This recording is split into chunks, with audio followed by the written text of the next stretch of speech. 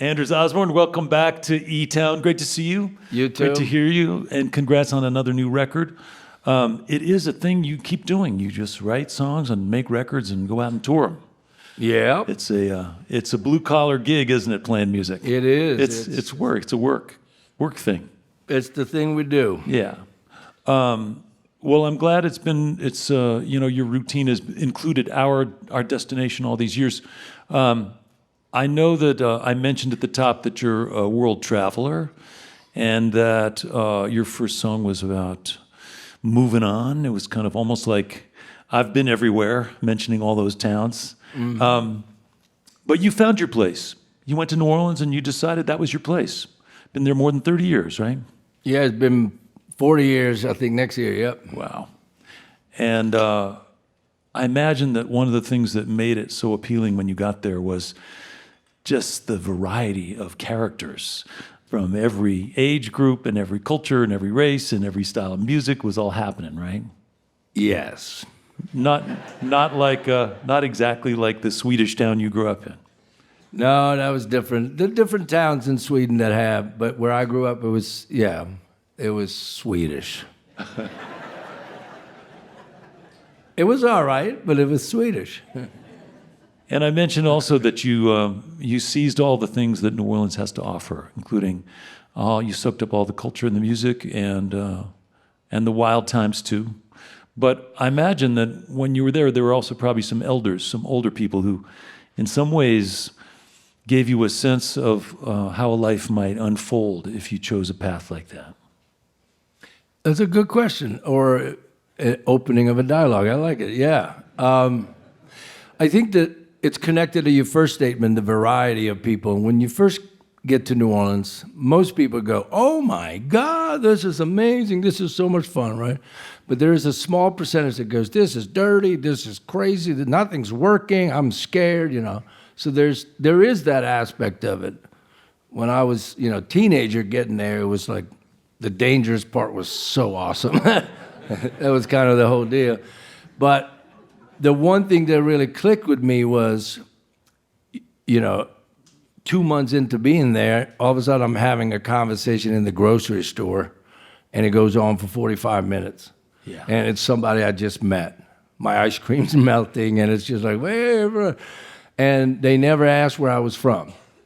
It was never something that came up. Yeah. Just talked about things. Yeah. And it kept being that way. And I was like, this is so intriguing. So the food was prepared the same way, nice and slow, and you stay in the moment. On Fridays, you go have brunch, and you stay, for 4 or 5 hours. You just don't go back to the office. It's very common. Yeah. Well, let me ask you about these days, because that openness, that willingness to feel like everybody's welcome, doesn't matter where you're from, the times have changed a little bit since then. And in some cases, I suspect in New Orleans it's less pronounced than in some other southern cities, for example. But people's guards are up a little bit. Like what's your perspective? Where are you coming from? Well, I think, being not old yet, but in my late 50s, there's definitely, politics was more fun. It wasn't so threatening as I grew up. We debated. There were conservatives and there were Democrats and progressive. There was like more fluid conversations about how you think life should be approached, especially how the society should be. Now it's more hard-lined. So, a lot of people, I think, myself included, choose not to say anything about certain ethical things that are important to speak up about.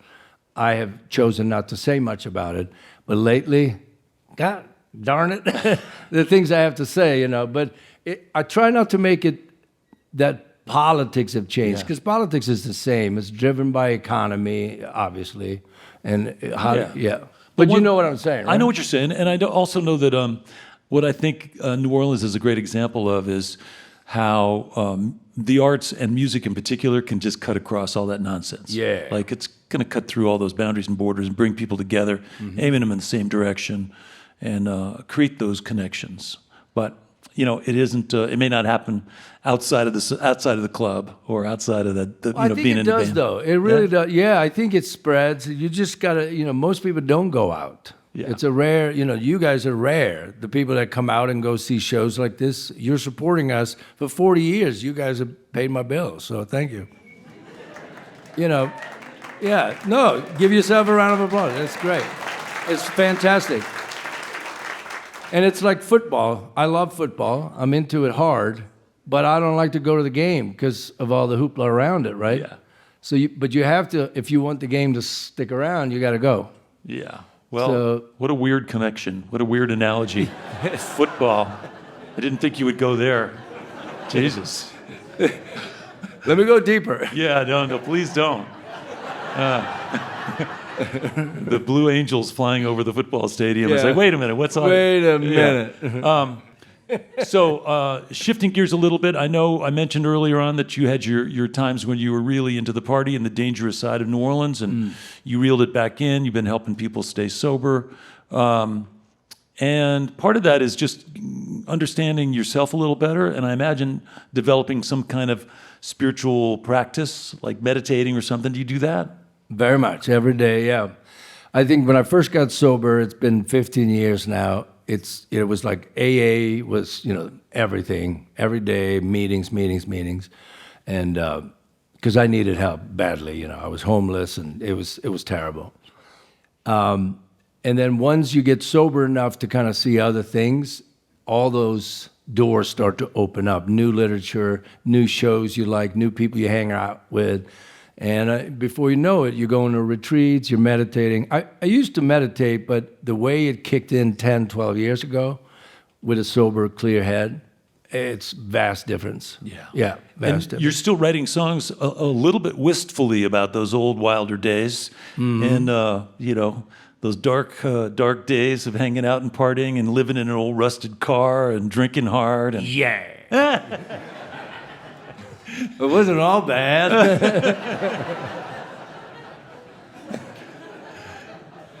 My dad said, you did your quota and 5 other guys' quota. You had to stop. yeah. Well, it's great that you're able to process it all and remember it all, or you don't remember it all, but you remember most of it, and turn it into music, turn it into songs. And like I was saying, the music is what brings us together, crosses those boundaries. But I'm glad you're still doing it. Glad you're here. Thank you. We should play some more music. Yeah, let's do a band thing with electric. Long solo. You ready for a long solo? Yeah, we could rock out a little. Let's do it. Good. Thanks, Welcome Nick. back, Anders Osborne.